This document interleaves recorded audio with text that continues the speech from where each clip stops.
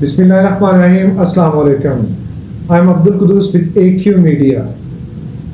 آج جو گفتگو میں آپ سے کرنے جا رہا ہوں اس کا ٹائٹل ہے خالی ہاتھ. انسان بڑی محنت کرتا ہے، ساری زندگی جستجو کرتا ہے، لیکن ایک مسلمان ہونے کے ناطے ہم جتنی ایفرٹس کرتے ہیں پھر بھی ہم خالی ہاتھ رہیں تو اس کا کوئی فائدہ نہیں. فار ایگزامپل، ایک بندے نے صبح سے لے کے شام تک محنت کی لیکن اینڈ پہ اس کے ہاتھ خالی ہیں تو کیا فائدہ اس محنت کا. ایک آدمی نے نماز پڑھی لیکن اس کو کوئی ثواب نہیں ملا، ہاتھ خالی ہیں، کیا فائدہ. ایک آدمی نے روزہ رکھا، صبح سے لے کے شام تک وہ بھوکا پیاسا رہا لیکن ہاتھ خالی ہیں، حاصل کچھ نہیں.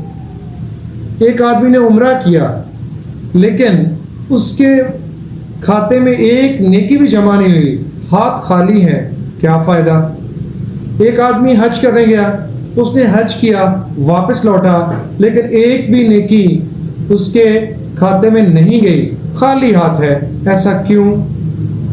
آج کی گفتگو میں آپ کو بتاؤں گا کہ میں نے یہ ٹپیکل ٹاپک کیوں چنا. نبی کریم صلی اللہ علیہ وسلم نے ایک دن صحابہ سے کہا، آپ جانتے ہو مفلس کسے کہتے ہیں؟ مفلس مین. صحابہ نے یہ مانی لیا کہ شاید نبی صلی اللہ علیہ وسلم غریب کی بات کر رہے ہیں.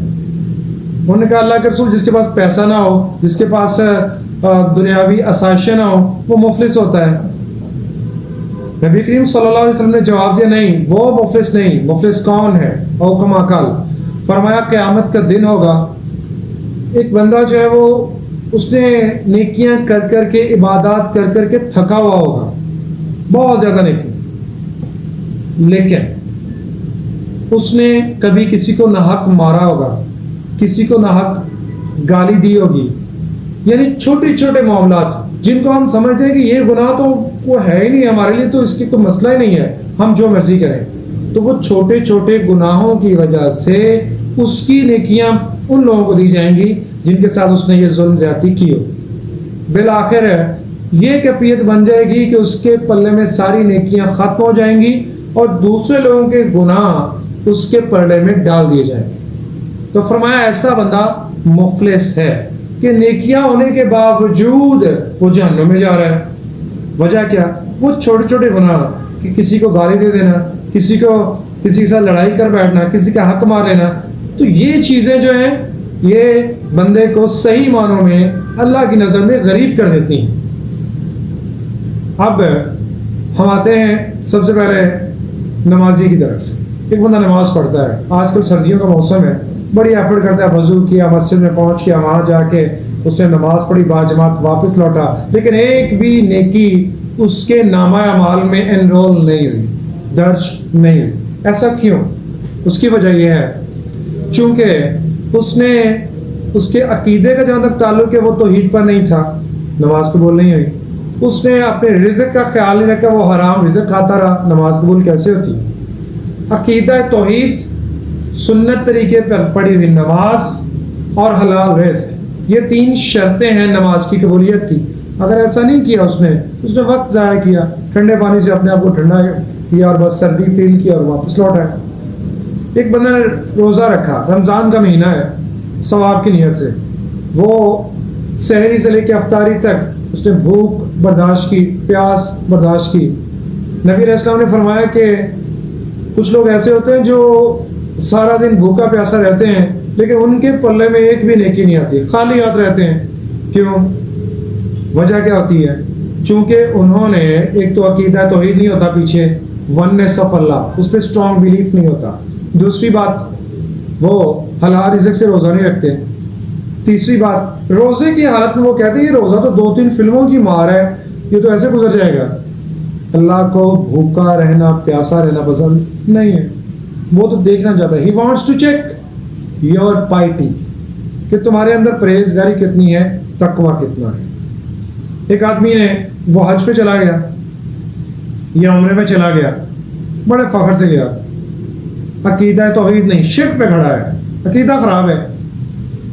وہاں چلا گیا، حرام کے پیسوں سے ویزا لیا، ٹکٹ لیا، سارا کچھ کیا، کسی کا حق کھایا ہوا ہے. کرپشن کی ہوئی ہے, کسی کے ساتھ ظلم زیادتی سے پیسے آئے ہوئے ہیں, جھوٹ بول کے کمایا ہوا ہے, تو ایسے بندے کو بھی کچھ حاصل ہے نہیں ہوگا, وہ بھی بالکل خالی ہاتھ واپس لوٹ آئے. رسول اللہ صلی اللہ علیہ وسلم ایک دن بیٹھے ہوئے تھے, تو کہا ایک بندہ, صحابہ بھی بیٹھے تھے, تو کہا ایک بندہ جو ہے وہ بڑی دور سے سفر کر کے آیا, اس میں اس کے جسم پر سفر کے آثار تھے, یعنی جسم غبار آلود تھا, ڈسٹی تھا, دھول مٹی کے آثار تھے. کہا وہ آ کے بیت اللہ کی جو ہے وہ پردے پکڑ کے دعا کرتا ہے, یا اللہ مجھے یہ دے, یہ دے, یہ دے, اپنی حاجات اللہ کے سامنے گر گڑا کے مانگتا ہے. فرمایا اللہ اس کو ہرگز نہ دے گا. کیوں؟ صحابہ پریشان ہو گئے کہ اللہ کے رسول آپ ہی نے تو کہا تھا کہ مسافر کی دعا اللہ قبول کرتا ہے. فرمایا اس کا کھانا حرام کا, اس کا پینا حرام کا, جس مال سے اس کی پرورش ہوئی وہ مال بھی حرام کا, اللہ اس کی دعا ہرگز قبول نہ کرے گا. تو یہاں سے اندازہ لگا لیں, یہ لمبے لمبے عمرے بڑے بڑے آ کے وہ حج, اور میں 5 حج کیے, 4 کیے, 3 کیے, 2 کیے, اور پیسے کو دیکھ رہے ہیں کون سا پیسہ لگایا, کس کے ساتھ ظلم کیا, کس کے ساتھ زیادتی, کس بہن کی زمین, اس کے بزنس, اس کی مال کھا لیا, اس بھائی کے ساتھ زیادتی کی, یہ نہیں دیکھ. اور آ کے کیا کہلانا ہے, حاجی صاحب آ گئے, اور حاجی صاحب کی حالت کیا ہے کہ عقیدت توحید میں نہیں ہے. وہاں بیت اللہ کے اندر حاجی صاحب حج کہہ رہے ہیں, عمرہ کہہ رہے ہیں کہ پیچھے سے فلاں مزار کے اوپر دیکھ دیجئے گا اور دعا کیجیے گا میں خیر و فیض سے واپس ہوں. یعنی اللہ کے گھر کے اندر کھڑا ہے بدبخت, اور دعائیں کن سے کروا رہا ہے, پیچھے والوں سے. کیا کہہ رہا ہے کہ کسی بابے کے نام مزار پہ جا کے دعا کرنا کہ میں صحت مند رہوں, میرا حج ٹھیک ہو جائے. تو ایسے لوگوں کا بھی حج قبول نہیں, ایسے لوگوں کا کوئی بھی عمل قبول نہیں ہوتا. قربانی آ گئی, عید الاضحیٰ, قربانی کا بکرا, 2 بکرے, بیل خریدا ہے جی, یہ خریدا ہے, وہ خریدا ہے, مگر وہ پیسہ پیچھے کرپشن کا ہے, 2 نمبری کا ہے, حرام کا ہے. تو ایسے پیسے سے کی گئی قربانی بھی اللہ کے ہاں قبول ہے نہیں ہے. سود کھاتا ہے, سود کا کاروبار کرتا ہے, لین دین کرتا ہے, تو ایسے بندے کی قربانی قبول ہے. اس لیے کہیں ایسا نہ ہو کہ دیر ہو جائے اور ہم خالی ہاتھ رہ جائیں. ہم اپنا احتساب کر لیں, اپنی اصلاح کر لیں, اور اپنی آخرت کو بچا لیں. یہ وہ گناہ ہیں جن کے اندر ہم لوگ ملوث ہوتے ہیں اور ہمیں پتہ ہی نہیں چلتا. ہم نمازیں بھی پڑھی جا رہے ہیں, روزے بھی رکھے جا رہے ہیں, عمرے حج بھی ہو رہے ہیں, قربانی بھی ہو رہی ہے, صدقہ خیرات بھی ہو رہی ہے, لیکن پھر بھی خالی ہاتھ. تو ہاتھوں کو خالی نہیں رکھنا. چانس موجود ہے, we should avail this chance.